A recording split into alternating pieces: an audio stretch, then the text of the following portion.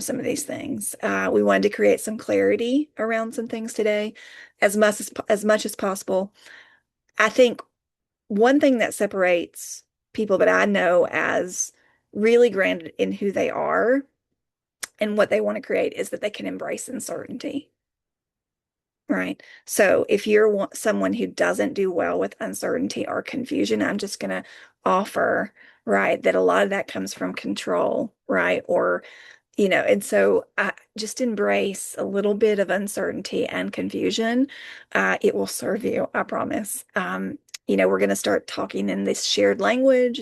You're already hearing things like, liberation, self-forgiveness, non-useful thoughts, those types of things. We're going to talk about some agreements today and then create an alignment. So let's move into what Tammy and I are calling our 4 pillars. We really want you to listen to these. And again, it's not about these are absolutely true. These are rules. They're not imposed, right? And a lot of this stuff as we're working through how we do things may change. I don't think that these will change um, because this has been grounded for me in work that I've done for many, many years now. And so I'm going to share these pillars with you now. Um, and like the keys, they're different from the keys, but they kind of inform the keys, if you will. And we'll talk about the keys too. But here's pillar 1 as we're doing this work together. Everything that you need is already inside you. Okay. I'm going to really say that clearly again. Everything that you need right now is already inside you to create whatever it is that you would love to create in your life or business. It's already there. Coaching doesn't give you the answers. It doesn't fix what's broken. What it does is it offers perspectives, experiences, and reflections that help illuminate and unlock what is already there for you. Right. There is a component, especially in business, and we know that where you're going to ask a how-to question, right? And we expect that. We want that for sure. And that's the experience that Tammy and I have, especially in business, right? But for the most part, and you know it to be true anyway, you're not going to take an action unless you know it's right for you, right? You're not going to do that unless you know it's right for you anyway. So everything that you need is already inside you. And I just really want you to take on that. Gone are these days of hierarchies, and I see it. I saw it. I've practiced it. Put someone on a pedestal and everything they say is the gospel, right? In terms of how to do a business, right? Gone or that does not serve you. We don't live in that type of world anymore. Hierarchies were important when only a portion of the population was educated, right? Now, what I see is what happens is people put their locus of control outside of themselves. They give their power over to someone else. Don't do that. Don't do it with me. Don't do it with Tammy. Don't do it with, I'm going to say it because everyone here, don't do it with Bob. I love Bob, but don't do it. You, you don't look to the left or right or up or down, right? There is no up or down. We're moving into a different level, really, I believe, in consciousness, where it's true. It's been happening for many hundreds of years now, right? You're as capable as anyone else. You have it all. That's pillar 1. Let's see anything else I wanted to say there. Yeah. Okay, no. Pillar 2. Pillar 2. At your core, and we mentioned this, but at your core, your identity, for lack of a better word, and maybe Tammy and I talked about this, and I may be stepping too far ahead, but I'm just going to say it. Your identity and your being are not the same thing. Who we want to be is an expression of our identity. And then what we do flows from that. But who you are at your core does not change, no matter what you do, right? No matter, it doesn't, it's the indwelling is there. You are pure love. That's what you are, pure love. And you're innocent, totally innocent. That's the reason that we identify our judgments and we release them. At the core, you are pure love. You are the imago Dei, right? Our fruit, it's not dependent on our behavior, our performance, or our past choices, right? Underneath shame, fear, experience, at that space, right? And when you see yourself this way, guys, when you really begin to see yourself this way, you naturally begin to also see others this way. You begin to see through personality and what they're saying and what they're doing. You get to that core. I'm going to give you, we we think that we are a good judge of who's loving or who's fear-led, who's love-led or who's fear-led, right? I want to share this story. This is an ever evolving type thing. If you've been a private client of mine before, you may have heard this story right at the maybe right as I was leaving. But I considered myself a pretty good, let me say this, not pretty good, a pretty non-judgmental person. Okay. Um, and I want to align myself always with, being loving, doing loving things. And I found myself going down this judgment hole pretty recently. So, I get a lot of ads. How many of you guys get ads across your screen from different people? It's getting a lot. I get a lot of ads. Anybody know who Russell Brunson is here? Russell Brunson is the founder of ClickFunnels. That's like it transformed everything in digital marketing. His stuff pops up for me quite a bit. And um, it was a event that he was hosting. And there was this woman that had gone through his program that he was promoting. She'd done very well in her business. And her name is Eileen Wilder. This ad kept popping up in my feed, and it was like maybe seriously, guys, like a 20-second little ad. And it was her on stage, and these were the words that she spoke. Russell, I'm so rich. Okay, that was the ad. And the whole thing is Russell wants to teach you how to create a click funnel for your business, blah, blah, blah, right? But the snippet that he showed was her on stage thanking Russell and saying, Russell, I'm so rich, right? Guys, it just, for whatever reason, it hit me. And I I was like, no, I don't want to hear that. X out of it, X out of it.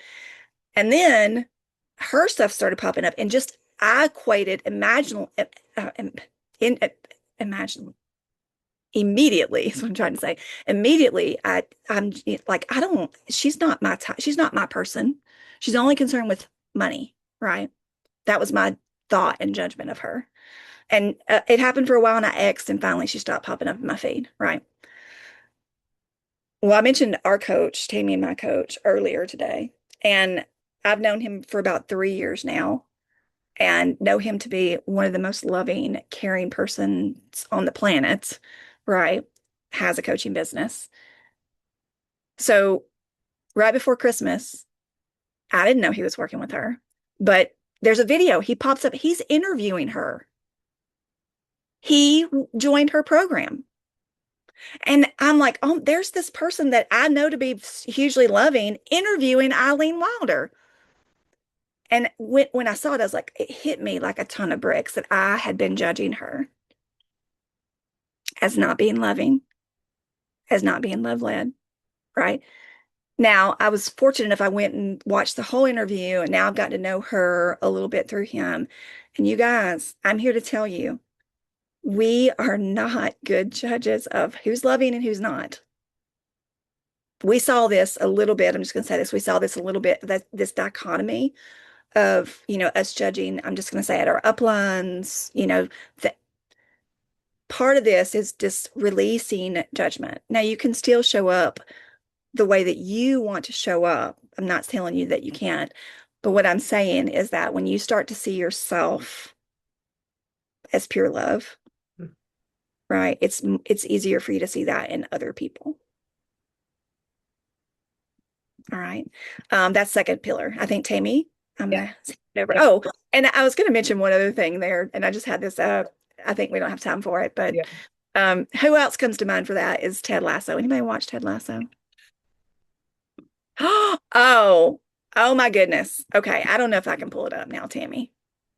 But Ted Lasso is the whole series is literally like three seasons assignment in loving others. In the beginning, you will eventually see how Ted doesn't really love himself that, but he still's practicing love and eventually goes through that release and judgments of himself and his father too.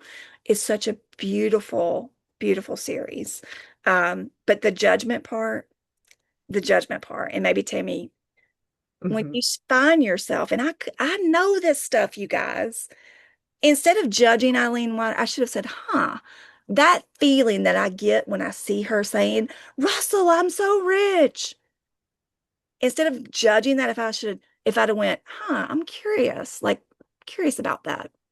Let me be more curious about that. And I could have went and watched a little bit more of her stuff and probably come to the same conclusions that JP did, our coach. But immediately in that space, my judgment prevented me from doing that. Mhm. Was that a helpful story for Mhm. any of you? Yeah, it's powerful. About maybe where you're placing Mhm. some judgment right now? Yeah. Well, and we didn't, and just to bring it back, like for me, of grounded in the scripture, because isn't it, and you can be honest, or maybe it doesn't for you, but there's in this work, there's things that will come up for me that I've had to like question because, and part of it is, I don't know, it's all of my life coming together, right? And my beliefs and everything else. But when you think about that, that you are pure love and the innocence of that, where it took me is in scripture in Genesis, where it says that God said, let us make mankind in our image, in our likeness. So God created mankind in his own image.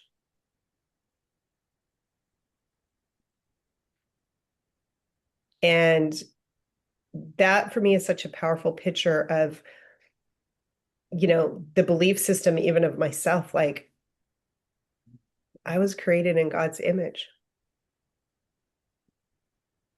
And the power in that, and do we believe it?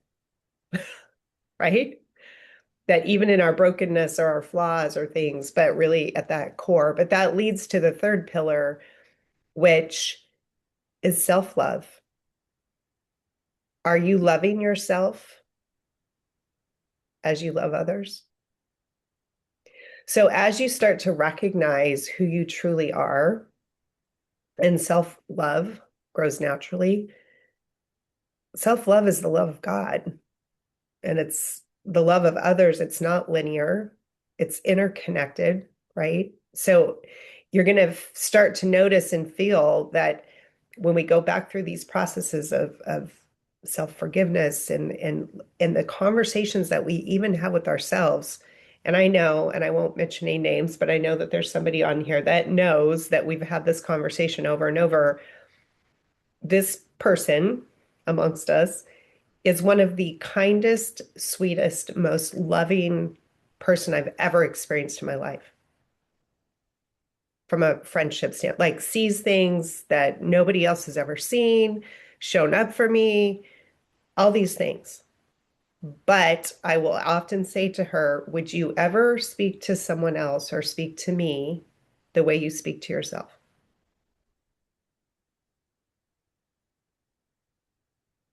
Right? How many times do we do that, you guys? How many times do we allow that self-talk and speak to ourselves in that way that is unuseful thought, right? So, but when you step into this, it creates a circular flow. It's a flow of loving God, learning to love ourselves, loving others, that you're creating this circular flow that will come out and come through every single thing that you do. Because when self-love is present, creation becomes effortless. It's generous and it's sustainable. So that's the third pillar. The You fourth know, pillar, I want to just one thing, yeah, Tammy, absolutely. there, just because seriously, guys, as your self love increases, the awareness of the Imago Dei, right, it grows, and then you cannot help but see it everywhere. Mhm. You cannot help but see it everywhere. And where it's challenging to see it, right? Again, going back to the beginning, this is where I get to practice. Mhm. That's, instead of becoming these trying things, I get to practice the Imago Dei in me, right? If it's easy to see it, I don't get to practice it like God does. Mm. I just wanted to mention that too. Yeah. Yeah. Okay, our fourth and final pillar is nothing is personal. So when you are anchored in your true self and who you're called to be, you become unoffendable. I'm going to say that again. When you're anchored in your true self and who you are called to be, you become unoffendable. Others' words and their reactions are no longer experienced as an attack on your worth. People's response to behavior or personality, it's not your essence.